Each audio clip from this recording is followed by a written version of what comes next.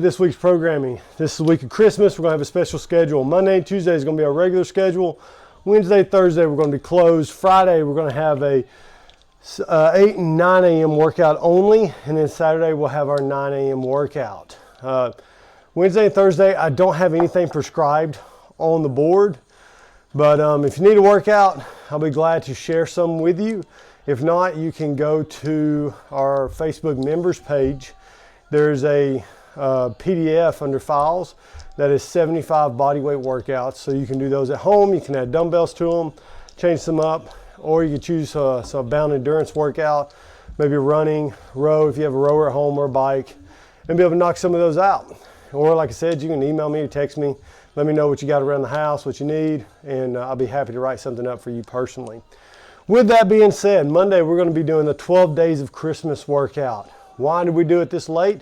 Generally because the workout requires a lot of space. I don't like having just very bland 12 days of Christmas workouts. If we're going to do it, we're going to do one fun that's exciting and that's challenging, and that's going to require a lot of movement from us. So we're really going to have to explore the space, so to speak. I imagine we might have some big classes, then some small classes. But for those of you that train in the back, perhaps during class times, just know that your space will be limited. You're not, the class takes priority. So all the boxes and rowers and everything that's going to be out in the back is probably going to stay over there in the back. Just giving the FYI out for those of you that train in the back. With that being said, for time, remember 12 days of Christmas workouts like the song. So you start off with the first rep, then you go 2-1, then you go 3-2-1, then 4-3-2-1. I've seen this in the past where somebody does like 1-1-2, 1-2-3, 1-2-3-4. No, it goes 1-2-1, 3-2-1, 4-3-2-1, 5-4-3-2-1 in that order. So we got 1 squat clean, 225, 155. We're going to choose something that's heavy, moderate to heavy weight on those. We're going to have barbells just lined up across the middle of the gym. Well, even if you have to partner up, after probably about the 4th or 5th day, everybody's going to be so far spread out. Even if you have to share the bar, one bar among 3 people, you will be just fine. We got 1 squat clean, 2 burpee pull-ups, 3 box jump overs, 4 dumbbell shouldered overheads with 250s or 35 pounds. And then we have 5, what is it, toes to bar? Yeah.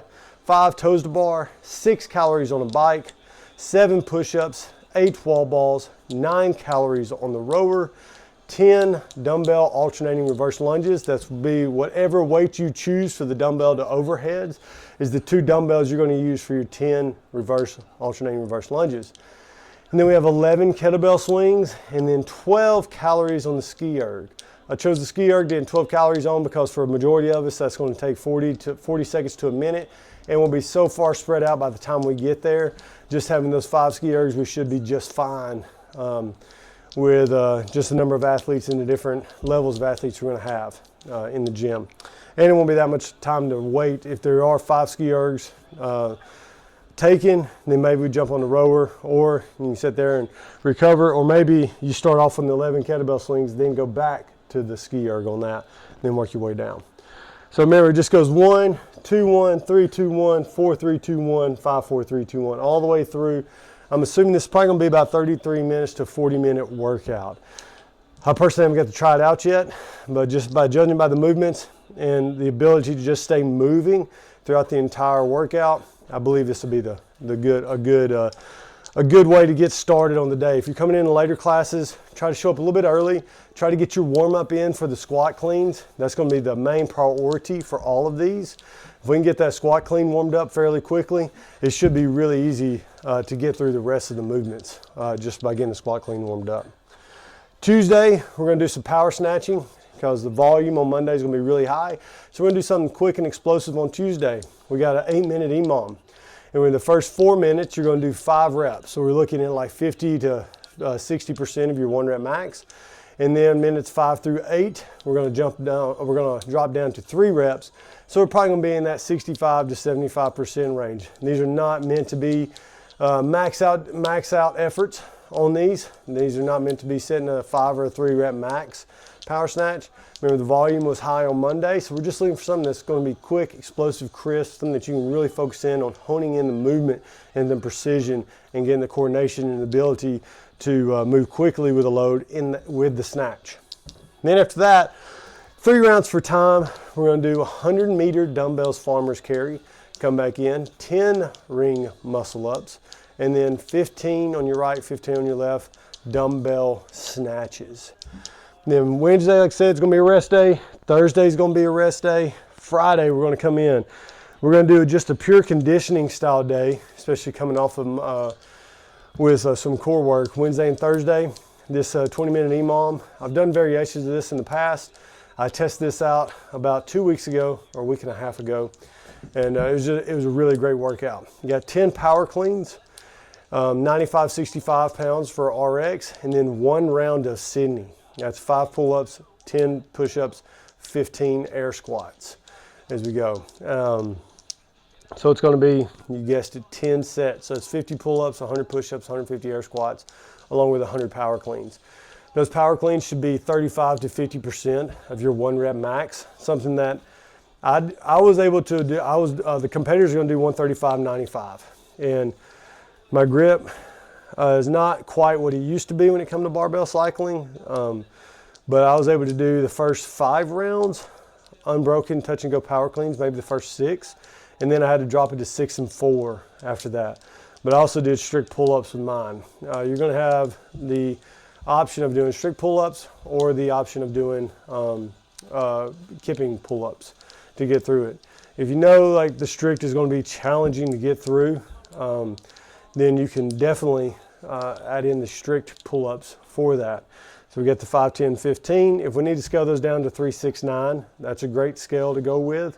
Or even like a 2, 4, 8 on the backside with that Sydney round. But each round, like I was able to do the first ones roughly in that minute 20 to minute 30 range.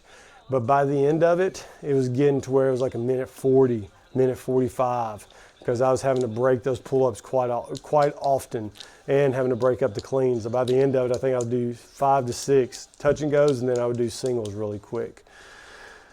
But this is just really going to challenge that grip once again, really going to challenge that heart rate. It's going to be pure conditioning and grip style, kind of like the hang power clean and jerk row workout we did last week. Then Saturday we got a partner workout, 24-minute AMRAP. We're going to do a 3,000, 2,200 meter buy-in on the rower. For the guys who are really good at that and the ladies, that's going to be roughly about 10 to 11 minutes on the rower of all-out effort to give us roughly 12 to 14 minutes in the AMRAP. Doing 30 burpee box jump overs, then 100-foot double dumbbell lunges. So we're just going to hold them by our sides. We're going to lunge 25 feet out, 25 feet back, just like we do in the those open workouts. Going from the rig, inside the rig, to where the dumbbells or wall balls are, and back. That is 50 feet. So that's what I recommend with you and your partner, is one do 50, the next one do 50. So we got 30 burpee box jump overs. We'll line those up in the squat rack lanes. That way it's not going to take up your lunging lane. Then you'll jump right over into your next lane on the 6-foot bar section. Lunge down, lunge back, switch, lunge down, lunge back. And then we have 30 toes to bar. Then you have another set of lunges going down and back. And that's going to be 250s or 235s for RX, 70s and 50s for competitors. And then maybe even just lunges, just something to stay moving through the lunges for the fitness, or folks just maybe coming in from a long vacation, just getting in some more rounds. But that's this week's workouts, and I hope you enjoy them. And then once we get back, we're going to be getting in from a Christmas vacation. We're going to be getting back into full-blown CrossFit open mode. So get ready for a lot of Metcons, a lot of interval training. We're going to really hone in on those specific movements that we see in the open usually, because there's only X number of movements that we can repeatedly test in the open to make it more inclusive for everybody around the world. And Castro and the team at CrossFit, they've done a really good job of letting us know which movements we can expect. So we're going to get really good at those. And plus our strength program is going to get a little bit more specific to managing heavy loads while under fatigue like what they do in the open. If they ever have a strength event, it's usually at the end of an AMRAP or end of a preferred time piece. So get ready for some of that stuff to come up in the next 4 to 5 weeks following Christmas. Y'all have a great holiday. If you need anything while you're on vacation, always feel free to reach out, email, text, call. Always here to help out. Like I said, I hope y'all have a great holiday. Hope you have a great Christmas. Enjoy time with friends and family. Safe travels, everybody. And we'll see your name on the leaderboard.